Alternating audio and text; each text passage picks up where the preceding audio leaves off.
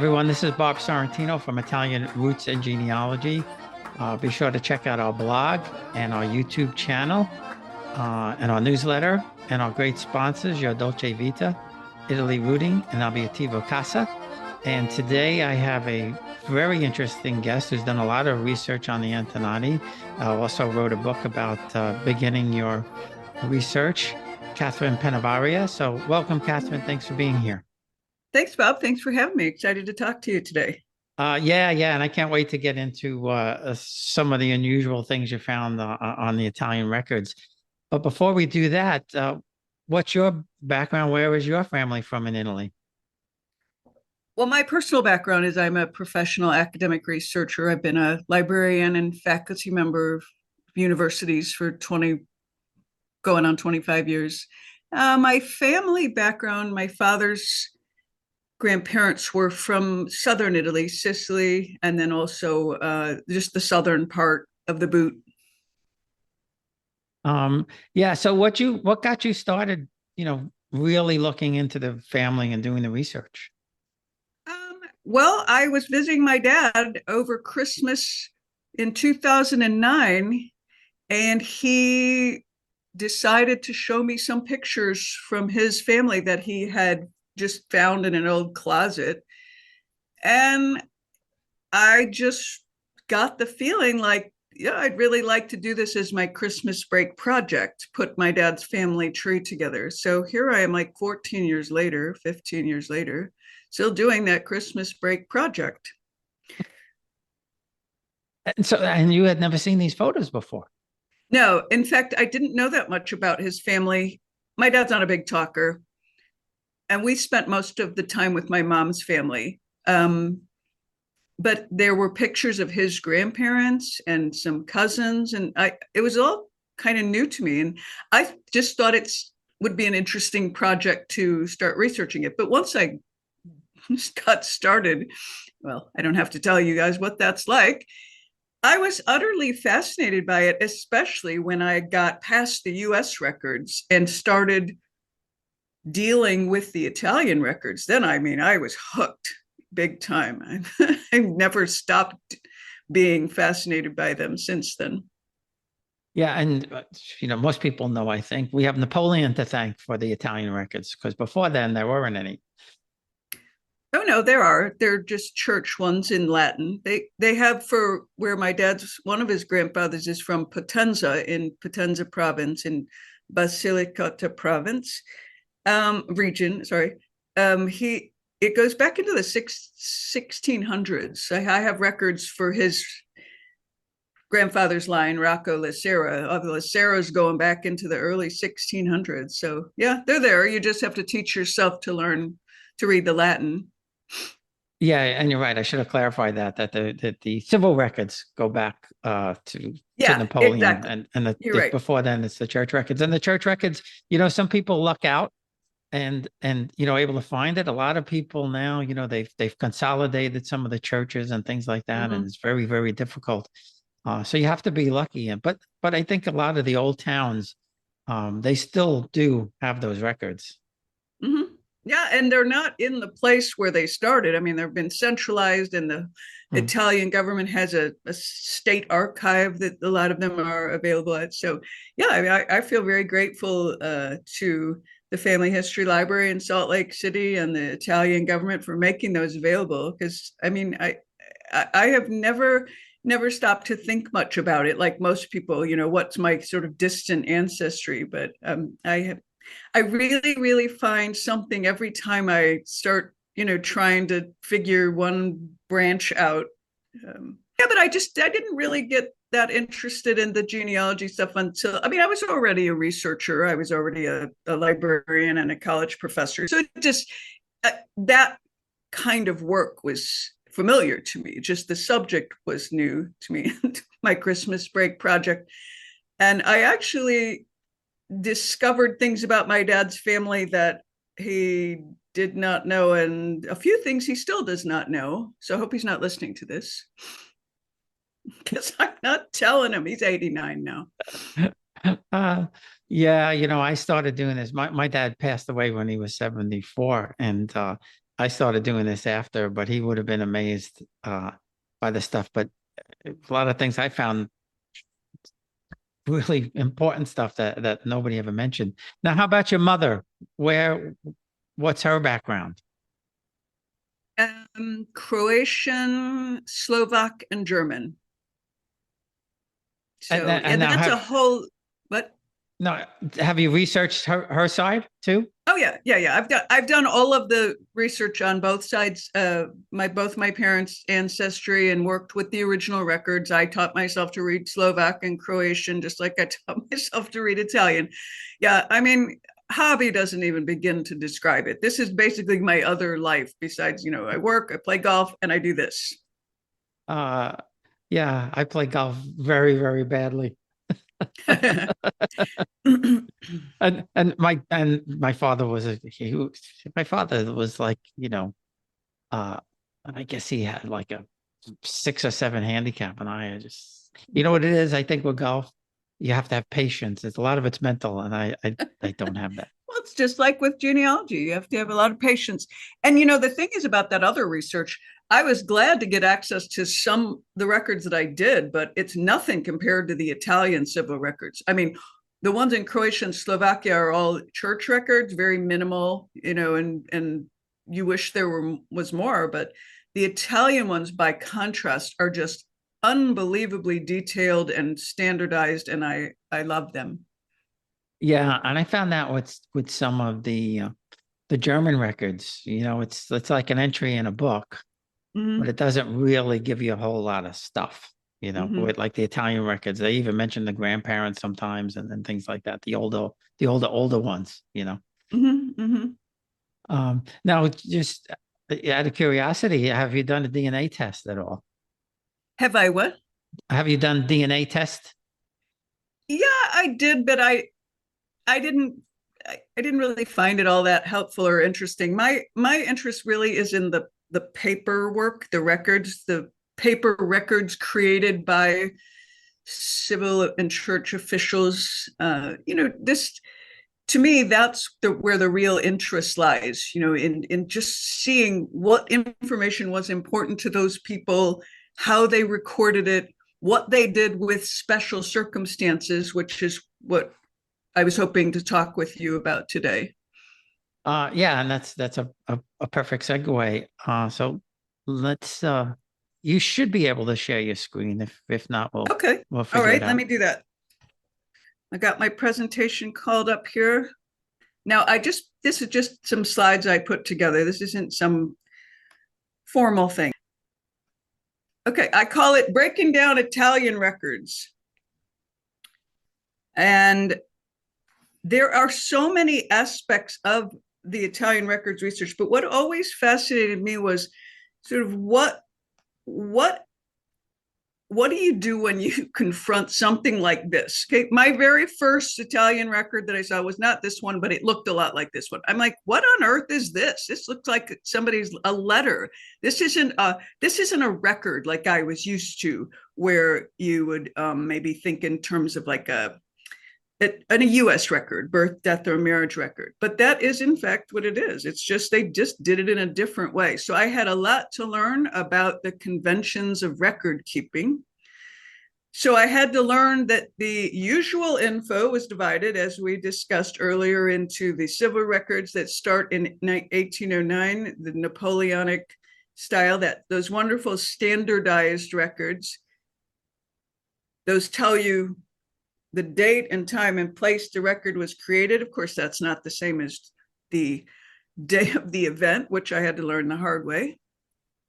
And then the identity of the person who reported the event, and the way that they phrase that. They say that this guy appeared on this day at this time, this guy appeared before me, and he said that. And the whole actual record, the core of it, is basically what that person said. So, and so then the date and time and place of the event. So you get this whole, it's like someone speaking to you in full sentences. On this day at this time, this guy came and said that on this day and this time, this baby was born, and it's really just so dense with detail that it's incredible, especially when you compare it to the earlier church records that are available. So really, really great stuff. So I had to learn then that the bottom part was the witness testimony, which basically I learned to ignore unless it had been signed by somebody concerned in the record. So that's kind of like, that's a normal Italian civil record. So that's pretty straightforward. This person was born, these were the parents, this is who reported it, this was the name. Yeah, so just to stop you there for a second, one of the things that I found with the witnesses is often it could be another family member or a cousin or in some cases it might be a dignitary or something like that. Mm-hmm. And in some of the records, it actually says the occupation of the witness, which I always find very interesting. Mm-hmm. Oh yeah, they're definitely interesting. I tend to ignore them after I've looked to see if there are things like you just mentioned, and I just sort of move on. And then after I got to know those, I did spend a lot of years, 2 or 3 years, teaching myself how to read the Italian in these records. I can't read Italian, but I can read the Italian in records, because what they always say pretty much the same thing. You just have to learn the parts that are standard, and then the details are different. And then I started working with the church records, which always look something like that. And after a while I got so I could they have they're very cryptic, they're highly abbreviated, and they're in, not always, but usually in Latin. So yeah. So I had to teach myself all of this, Bob. And that's one of the reasons why I really, really, once I retire from my actual day job, really want to work on a project. I don't know if in the form of a book, or maybe I'll even do my own website, where I share how to sort of shortcut this. It took me I spent too much time reinventing the wheel, as it were. I had to learn what all these words meant. At the time I was doing this, I was ordering the microfilms from the family history library sent to where I lived, and the Mormon church where I lived. So I had to go through and teach myself what all these different things were, and the different conventions, that there's primary sets and then there's these secondary ones, that these attachments, these allegati to the marriage records sometimes contained the most absolutely fascinating and valuable things, because they would have extracts and copies of things from much, much earlier records. Well, I didn't know what I was looking at when I first. It's embarrassing to remember how dumb I was. And I'm like, what is all this? So as I was talking to you earlier about, I immediately became very fascinated by the unusual information instances. Now, this society had a variety of people, and human beings have a complex life. So there's going to be unusual situations. But what's fascinating to me is how important it was for the civil record keepers to document that. That any unusual situation, they had to actually describe that in the forms. One of the first unusual situations I ran into is the birth record for my grandmother's grandmother, who was a foundling. I don't know if you can see, it says she was found on the 25th of December. And what is it, 1857? She had been left in front of the door. All right, so she was a foundling. Mother was an unmarried woman who had to leave the baby at the church, basically. And this is her name down here, Tercilla Yamale. That's an invented name, as foundling names all were at this time. Tercilla is a sort of a fancy version of Teresa, but Yamale is an archaic Italian word that means wintry, like a wintry blast. So she was found, it was very cold when she was found. That's what I take out of that. And the clothing is described so that if later a mother wanted to claim this baby, all they'd have to do is describe these peculiar clothing here. Yeah, and in this record, the clothing is very, very descriptive. Yes, it takes up 5 lines just about the clothes. Yeah. So anyway, so the baby was brought to the midwife, and that is my dad's great grandmother, and there's no way to research her history or what her parents' names were. It's just the connection is broken right there. I also encountered in a marriage extra in a sorry, one of those additional, the allegati, the additional documents to a marriage record. I encountered this, and it says that this was a marriage record for an ancestor named Giuseppe Antonio Matucci, and it said that his father was the late natural father Eustachio Matucci. So in other words, it's got it, that word naturale in there, which I came to understand meant that he was not married to this child's mother. Further research revealed to me that this ancestor of mine, Eustachio Matucci, had 2 children with a woman he was not married to while he was married to someone else. That was like in the late 1700s. So anytime anybody wants to think that the modern era invented complicated family situations, well, you just go ahead and look at these. So I was really fascinated with how they insisted on putting this. Like, there was no way they were just going to say he was the child of the late, this person. They had to make it clear. So if you were born out of wedlock, that fact was going to follow you the rest of your life, and every record created about you, they were going to say your parents weren't married. And if there's something kind of really bizarre and cruel about that, but at the same time fascinating. I'm not sure. Yeah, and when I told you the pre-interview, my great grandfather, he was filio naturale, so same thing. Yeah. We'll be right back. Experience Italy like never before, traveling with a scheduled group or create your own bespoke tour with friends with philitaly.com. Pack your bags and follow Phil. That's www.philitaly.co.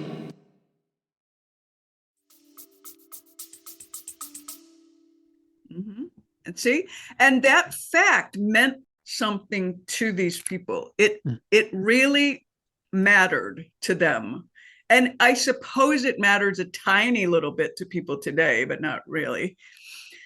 The way that they expressed these unusual family situations there's a variety of them. This one I absolutely love, because natum ex illegittimo concubitu, that's Latin, meaning that the parents lived together but weren't married. So born out of an illegitimate cohabitation, which I thought was very interesting. But yeah, they were not going to just let it go that this child was born to these people. There was an insistence on the precise circumstances. Here's an unusual one that kind of made me cry. This was actually from a death record. So it's basically a baby was discovered abandoned and deceased in the public street. Nobody claimed it. Well, they have to create a record for it.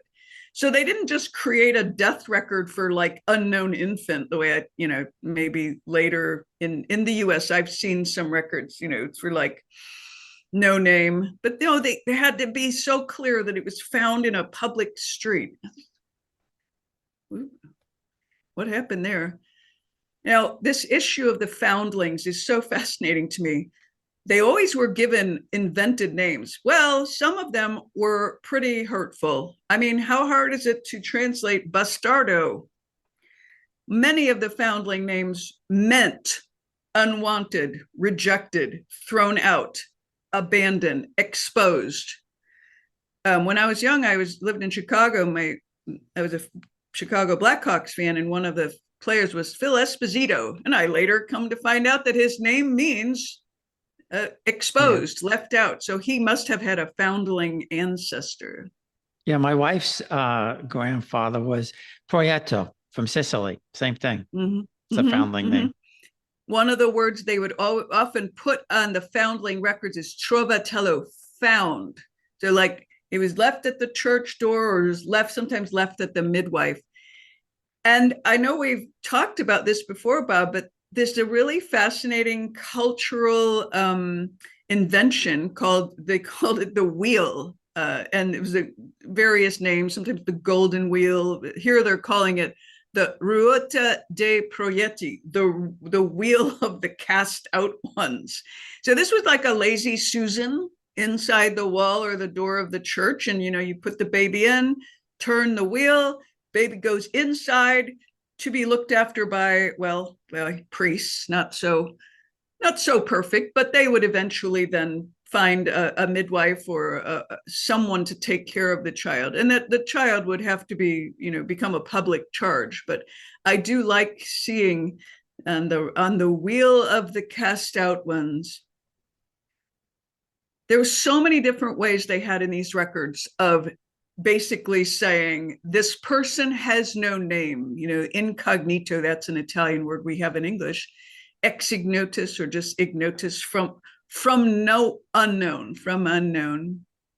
And then some of them are like the word you just said, the proietta, thrown out, genitori ignoti, parents unknown. This is my favorite one, filius populi, child of the people. That's a euphemism if I ever heard one. No, yeah, but I've seen that. I've seen that before. Child of the people. Yeah. Yeah. These literally are babies that have no name. I mean, we don't really, children born out of wedlock today usually take their mother's name. These children had no name until it was assigned. So like Oliver Twist, somebody had to give them their names, and the names they gave them tended to be very fanciful, have to do with the month that they were found or something like that. They were clearly labeled, however, as that, but sometimes their name is this word, trovatello or proietto or esposito. It's just, wow. So anyway, one of the things I found, Bob, was that gypsies didn't get last names either. Their names were all first name and then the Italian word for gypsy, as if that's all you need. And if you go on Ancestry today, there are thousands of people whose surname is Zingaro. But originally that just started because, they couldn't be bothered to give them last names. It's like, oh, that's Silvio the Gypsy. Okay. So, and we talked earlier about this idea that if a child was born out of wedlock, there was a civil procedure. Well, first of all, if the child was born out of wedlock and then the father married the mother, there was a civil record procedure whereby the child could be declared legitimate. So this is an example of a transcription of a record, basically declaring the legitimacy of this child now. So it was really, really important to these people to make that clear. Because once the parents were married, it didn't matter that they were born out of wedlock. Now they were legitimate. I don't really use the words legitimate and illegitimate. I think that is outdated phrasing. I think saying the phrase illegitimate child is awful. There's no such thing to me as a human being that's not legitimate. So born out of wedlock is more descriptive. But even that phrase is kind of ancient sounding, wedlock. I don't know. Born outside of marriage, does it even matter? But it married to these people a lot. I absolutely love this one. So we have this is a death record. So the death of Mariana La Roca, di padre ignoto, of unknown father, and Maria La Roca, prostituta. Not hard to understand that Italian word. But the thing about it, Bob, is they give it this word as if it's her occupation, like the way you would say like farmer or, artisan, sheep herder, prostituto. Now that brings up to me the issue of, oh, wait, did they just accept it as the fact that if someone was a prostitute, that was just their job? Was this somehow built into the culture? These are all questions that the records raise for me, which I would like to understand, but do not at present. This one was so interesting to me because it's a death record. Okay, it's a death record for a stillborn child. We have this Biagio Bellezza, which is clearly from southern Italy. That's not a southern Italian name. That's a made-up name. And he was born senza vita, without life. But the heading of this record makes clear that he wasn't just stillborn. He was born as a result of an attempt to abort him. So the Italian civil record creators had to document them. And this would have been probably a crime. So they're describing something that was illegal. So I think that's the only time I ever saw that one. And moving on from like births, deaths, and marriages, if an Italian guy thought he could just abandon his home, his wife and kids and get away with it, oh no, those civil record keepers were going to make a declaration in the civil records for the place that this person has now abandoned his home. So, you just can't leave. I don't know. This is why they felt they had to do this, but it may be by having the city official declare this, maybe protected the wife and children from being blamed for the fact that the husband was no longer around. This was one from my family. I missed this at first, but then I saw that this is from Potenza, but then I saw that the words di matera were in there. So from a different place from where this was created, they just sort of stuck that in there. I think the civil records make it more clear when someone doesn't come from the place. If they do, they say from this place, or they say from somewhere else. But this one, those words, it's like you can't ignore any words in these church records. They're so dense and cryptic that each little bit means something. And then some manuscript marks I found really fascinating, which I'd love to research. What are you drawing all of the things?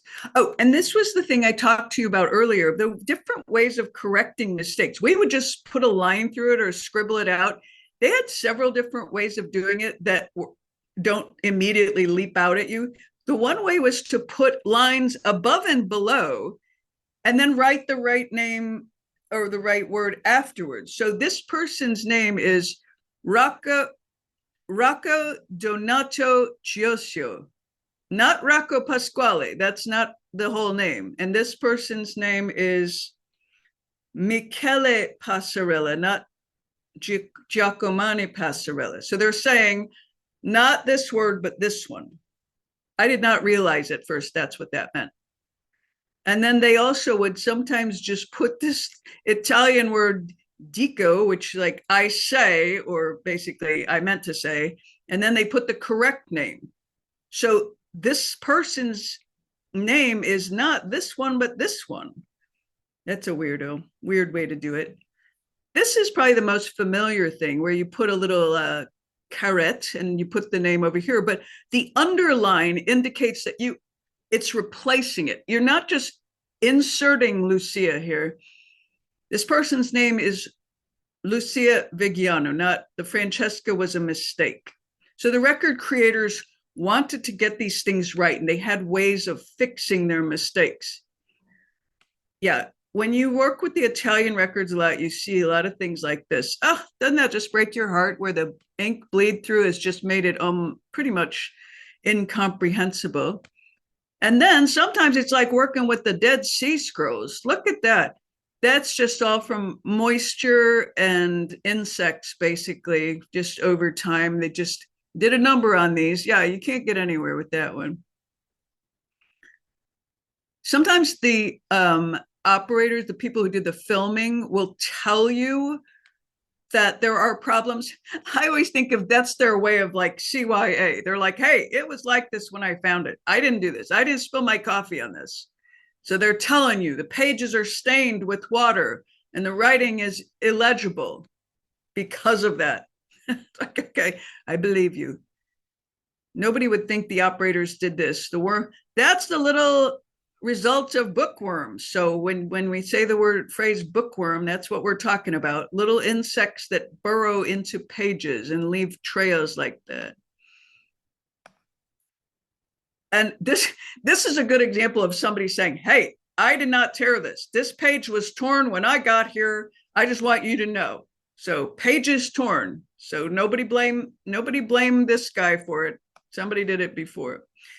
Now, just to kind of finish out, Bob, some useful phrases in Italian. You can find these at the Family Search Wiki, the Italian genealogical word list. These are some of the ones that I had to learn. I taught myself these like with index cards, just like when I was, younger and in college trying to learn things. They do appear over and over and over. But then there are some phrases that really threw me. This phrase, "de viventi," it's so interesting to me because it was important to these record keepers to make it clear whether the people's parents were living or deceased. They didn't just say parents' names. They always say, like, this is Anna Matze of the living Domenico Matze and Concetta Vitacca. Women didn't change their name. So that's her parents' name, but we know they're both still alive. If they aren't, they say de Furano, or they abbreviate that to da Fu, of the late. So we always know whether the person's parents were alive. That helps you look for records relating to those parents. It has helped me in the past to know that once I figured out what those words mean. For a long time, I puzzled over what this detto meant, but then of course it just means what I just said. And then sometimes they abbreviate it. Like, what? Looking at that, you don't immediately understand what that is. It's an abbreviation of detto. And then they also use the Latin ibidem or id or ib, like that. It's an abbreviation, just means the same as above. And I think we were talking about this, the words for like grandparents. They didn't just say grandparents or grandfather. They told you whether it was related to the mother or father. So it's the paternal grandfather is the avo paterno. They also had a need to, I love the Italian civil records because they had to pin down the times precisely. And it really bothered them not to be able to. They're always like yesterday, today, the last month. But this, some time ago, I'm sure it killed them not to be able to say it more precisely. And then sometimes they'll say that this information is being reported, and they'll say that these people claimed this. And there's kind of a hint that we're not quite sure we believe them, but that's what they said, so we're writing it down. And some abbreviations, quandam, the late questo, this. Look at that. It looks like a 2 with a 0, but it's a Q with a little O. And the abbreviation for sudetto, as above. All of these took me a long time, Bob, to understand what I was looking at and what they meant. And so they would refer within the record to things that had been stated earlier and not repeat the information. But we now come to the one thing which I misunderstood for years, and that I had all my dates wrong, Bob, because it did not occur to me that Italians call September the 7th month. It's right there in the name, but I still missed it. So the 8th month is not what it would be to me, August. It's October. It's right there in the name, and I still missed it. And so the 10th month to them, right there in the name, is December. So I had all my dates wrong for a long time, and I had to go back and redo everything. So, just like I said, reinventing the wheel. The final thing I want to talk about is things to be on the lookout for. A transcription is not the same as the original record. It's a recopying of the original, so you might be able to go find the original. And an extract is not a transcription or the original. It's sort of like a summary made from the original. Sometimes, like we have in the US, delayed records, tardiva, that's the word. So if you see that word, this is talking about an event that happened long before, maybe a year or two before. There's brief versions of records. That's not the full one. So you might be able to try to find the full one. And oh, how long did it take me to figure out that that was a 5? Does that look like a 5 to you, Bob? Just like a 5, yeah.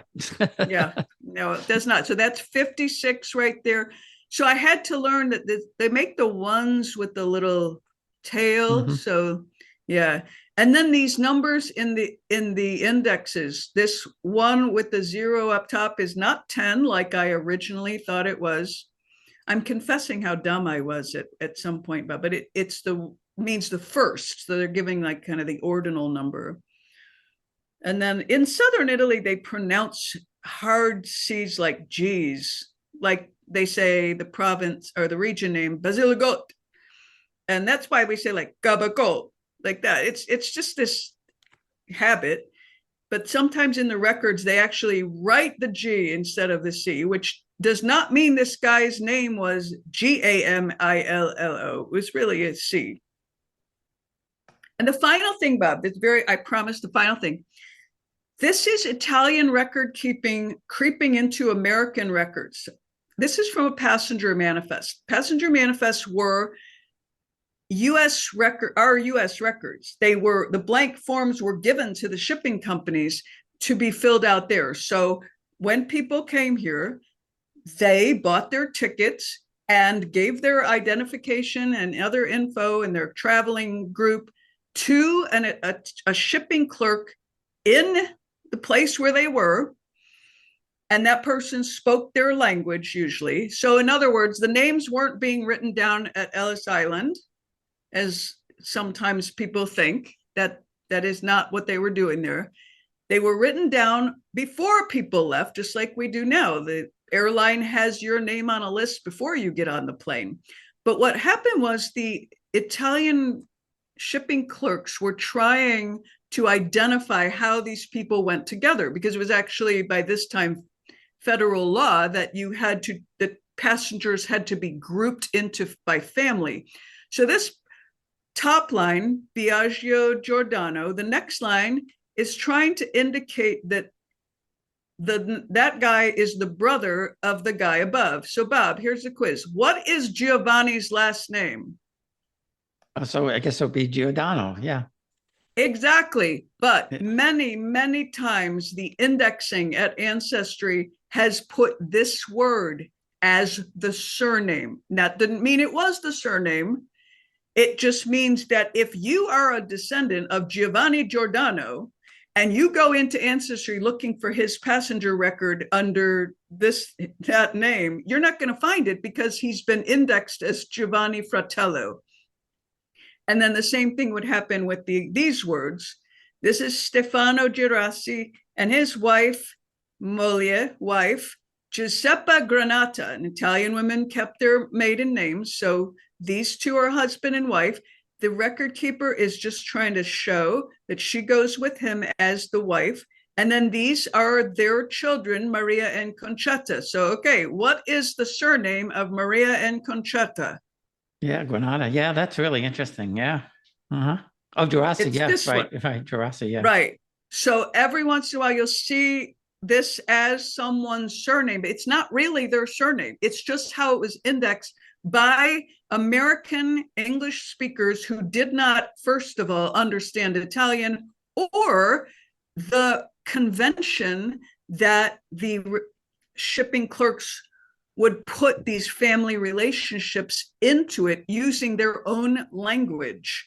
And honestly, it's very frustrating to me to encounter this, because I think, well, it made sense to them, but then what we have is a disconnect when the indexing came to be done. So anyway, well, that's all I am going to share with you. I have a zillion more examples, but I'm sure you don't want to do a 3-hour podcast. No, but that's all fascinating stuff. And we all struggle with those things, but these are things that I've encountered one or two of them. Like I said, filia naturale, which took me a long time to get somebody to explain to me and understand what that actually meant. But I think some of the things around the foundlings is really, great. And again, I knew some through my research and my wife being Proietto. One thing, I don't know if you know this, that the only survivor from Custer's Last Stand, John Martin, Giovanni Martino, was a foundling, and he was a bugler, and he survived because Custer, or the sergeant, whoever was in charge, sent him to go tell one of the other officers what was going on. And he survived, and he eventually wound up in New York City, and I think he worked on either the trains or the subways or something like that. And the reason we know he's a foundling is because the documentation shows that his father wanted to claim him again at some point or meet him or Ah, whatever, and he didn't want to have anything to do with him. It was the father who left him in the wheel. hmm, You know, hmm. so a little bit of I don't know, useless information or good information. I don't know. um, Well, I think the thing that always strikes me is how careful the Italian record keepers were to get the precise information down because it mattered to them socially. And it may not matter as much to us, but it mattered a lot what someone's social status was. So within my family members all come from the Italian peasant class, which made up the greatest number of individuals in any place. And within that class, there were social divisions. So a foundling was lower on the scale than someone here. A married woman with children was here, and a man was here. You know what I'm saying? That was just important to them. And I do appreciate the fact that they recorded so much. I would like to know more about the sociological realities of these places. That's just something I've never really had time to dig into. I have to say, I admire the foundlings who managed not just to survive the circumstances of their birth. I mean, my grandmother's grandmother being left outside the church door on Christmas Day. You know, she was probably, it was a few days old, maybe a couple of hours old. That's yeah, that's a survivor right there. And then they married her off at 16 to a man who had already like 3 or 4 children and his wife died. So she became an instant stepmother when she was still a teenager, and then had several more children and then died when she was in her 40s. So, I mean, not a great life, but in physical terms, she was robust and managed to survive all of that. So, well, and you know, one of the interesting things that I found was you had mentioned the marriage records and the bands and that stuff. My great grandfather, their marriage documentation or bands or whatever you want to call it, contract is like, I don't know, 20 pages or something like that. But he eventually became a lawyer or was a lawyer at the time. I'm not sure which. Eventually became a Supreme Court justice in Naples. But her father or her family, they were lawyers. So they had everything but the kitchen sink in this thing as to what's going to happen after they get married, before they get married, when they get married, after they die. Everything you could think of is in this thing. that's really interesting. I told you that my dad's ancestors were all peasants. There is actually a Pennavaria who was not related to my dad's Pennavaria branch, who was in Mussolini's government. So I think he even has his own Wikipedia page. His name was Filippo Pennavaria, but he came from right around Ragusa and Syracuse in Sicily, in the southern part. He came from that branch, but the Pennavarias my dad is descended from came from the ones around Palermo. So, yeah. I mean, eventually back in time, there was somebody called Joe Spotted Feathers, and everybody comes from him. But, Yeah. you know, go figure. I never really stopped to think about it, but I had a Latin class when I was an undergraduate. And my first day, my teacher said, "Penna varia, various feathers." I was like, okay, is this going to be on the quiz? You know, kind of. Yeah. I mean, some of my paternal grandmothers, some of her ancestors, on their occupation, it just says rich person. You know, I wonder sometimes, like, about the development of the need to say what people were. Like, why was that important that you identified what they did for a living? Like, you know, we don't really do that now. If I fill out a form, you know, I don't have to put that I'm a librarian or whatever. Well, I mean, Sometimes, I maybe. think in their case, you know, you know, for the noble side, it was extremely important, I suppose. But Yeah. you know, even you know, my uncle, that stayed behind when my grandparents came, and he raised his family there and everything. He tells the story. Now, they were farmers. They were all farmers, right, from Torito. Mhm. And even in that class, there were rankings. So he Mhm. wasn't allowed to marry my aunt at the beginning. They said no. And then he went in the army and he came back, and maybe they had to marry her off and he was the only suitor. I don't know the story. But when he came back from the army, they allowed him to marry my aunt. But it was very structural back then. And then now Yeah. we're talking 1920s and 1930s. So And I wonder how, much of that they brought with them, whether they tried to impose that kind of social rigidity on their children, which probably had less success as the I generations passed. yeah, I think not so much in my parents would have been 100, right? Not so much in their generation, but I think the generation before that, the ones that came in the late 1800s, early Mhm. 1900s, I think they still had that because they weren't really, I think, assimilating as quickly as, you know, the children that were born in the 20s and 30s and 40s. Certainly, Mhm.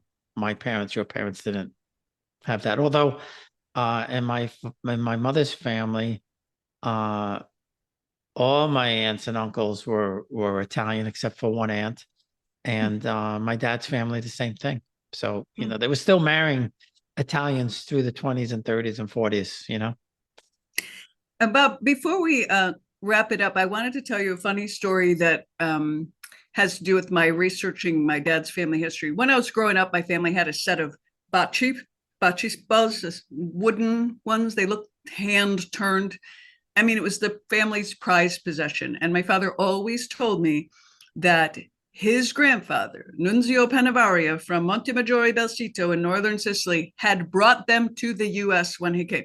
I accepted that story without question well into my 40s. And I finally, when I started doing this research, one of the little side issues, little rabbit holes I decided to go down was trying to verify that story. So I started looking into, the history of bocce, where did it start, and eventually I was able to prove, much to my dad's disappointment, that that whole story was a total lie. I mean, his grandfather's family did own them, but I found out that there was an absolute bocce craze in the United States in the 30s and 40s, and every city, including Chicago, had many, many bocce courts, and every bar and tavern had a bocce court next to it. And so that sporting goods stores were selling tons of these in the 30s and 40s. So they were importing them but then selling them. So basically, my dad's grandparents bought them at a store. Not as much fun as thinking that Nunzio came over with them. But then, as I started to look into like what were the realities for people traveling, I'm thinking, oh, they had a limit on the baggage weight and size. I'm like, these things weigh like 30 pounds. Why would anybody bring such a stupid, useless thing, no matter how much they love the game? And then I discovered it was even harder for my dad to take in that Sicilians don't even play bocce because it's too hilly, especially where Nunzio is from. It's on the side of a mountain. I'm like, Dad, there's 0 places in Montemaggiore Belsito where your grandfather could have played bocce. This is a northern Italian game that was hugely popular in the States, and your grandparents bought this at a store. And he was like, oh, that's disappointing. Like, it wasn't as fun. The story wasn't as fun. So I feel like part of what I do as a genealogist and a family history researcher is I'm constantly deflating people's fancy ideas about the past. Now, my mom's side of the family, I had to tell all of her cousins that their uncle was not in the movies with Rudolph Valentino, that he was at the time those movies were made, and he just told them he was. And he was still in Chicago working as an undertaker's apprentice. And he later did live in California. So I think what happened is he came back home and they were like, "Oh, Uncle Cornell, tell us about living in California. Do you know any movie stars?" And he's like, "Yeah, me and Rudolph Valentino were like that. And I was even in the Chic with him."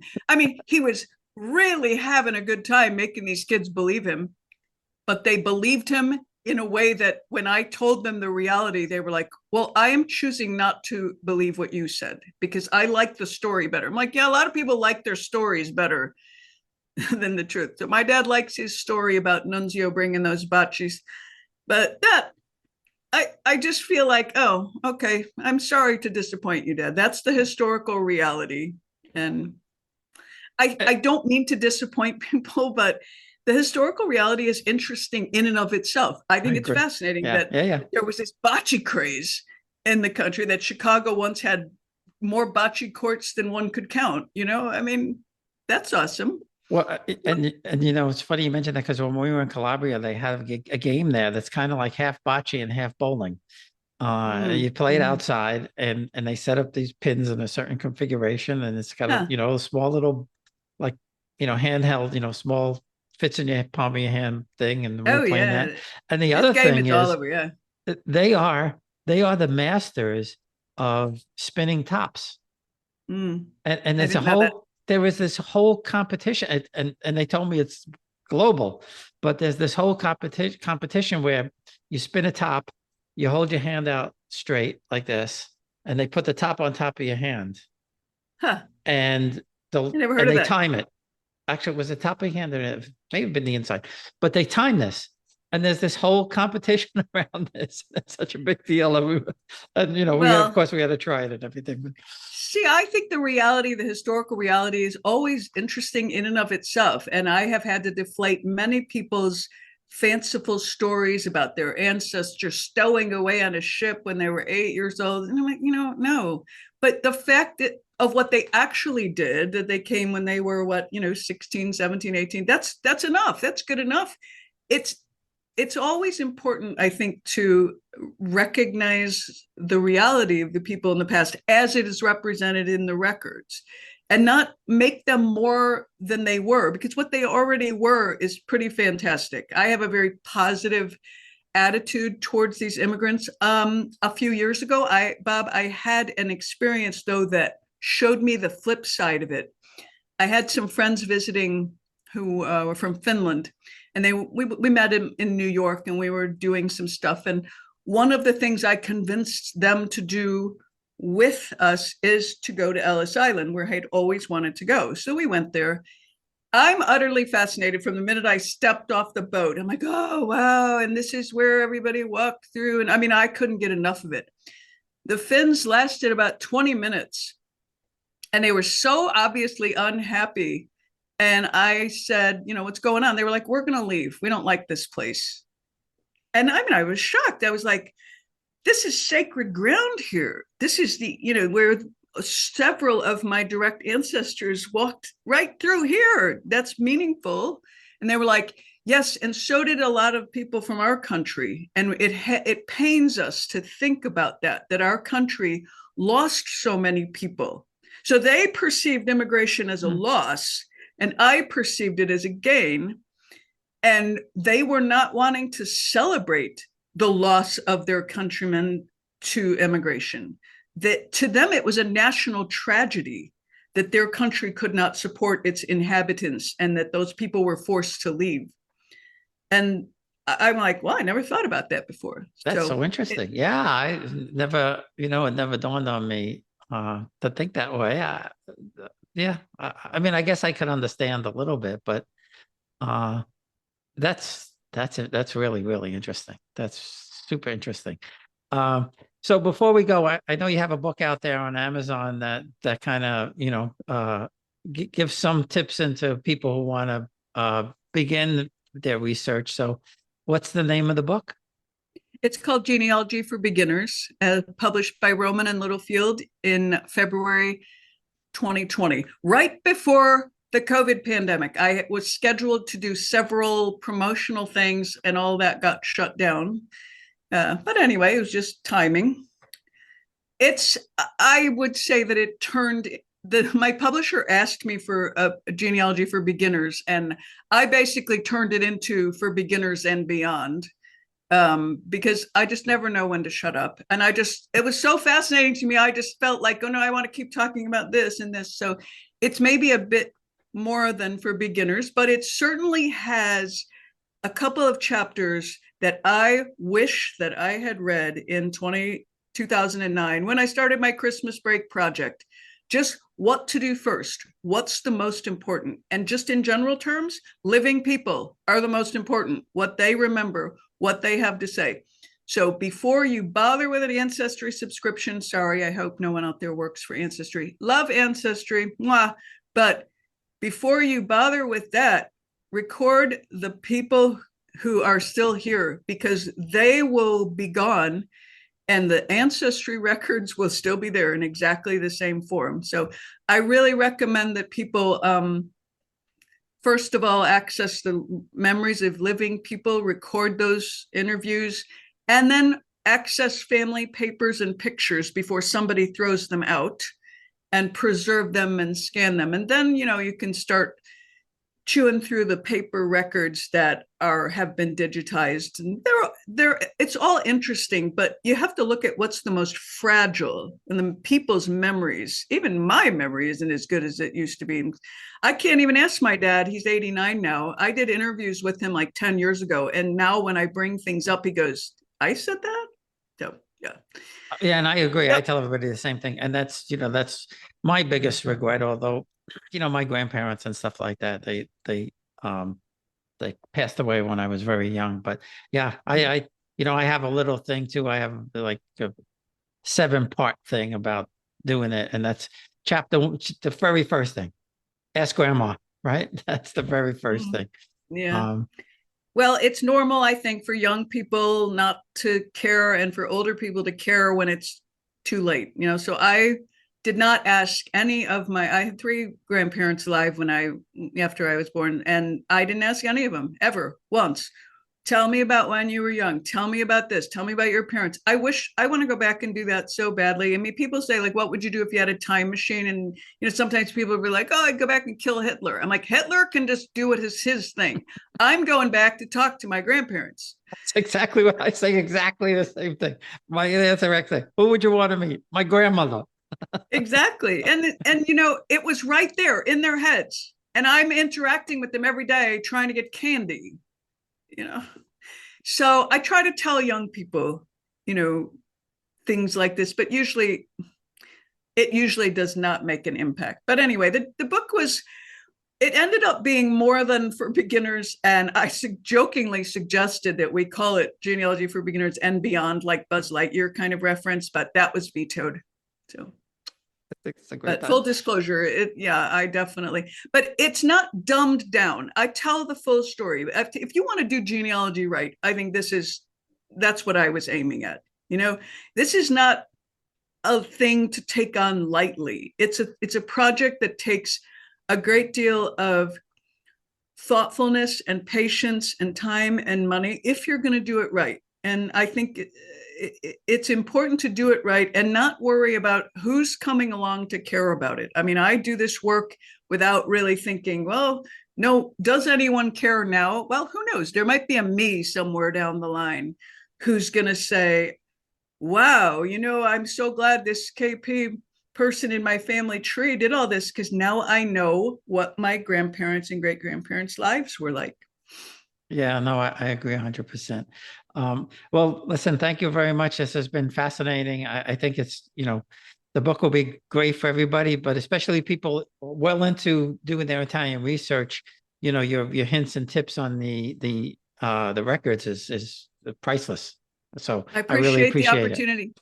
Well, thank you for the opportunity to share, Bob. I love talking about those Italian records. And once again, I am a librarian. I'm a university librarian. I am helpful by instinct. So if any of your audience has any questions about the Italian records or needs help with a translation or something, I mean, you just shoot me an email. I'll see what I can do. All right, perfect. Thanks a lot.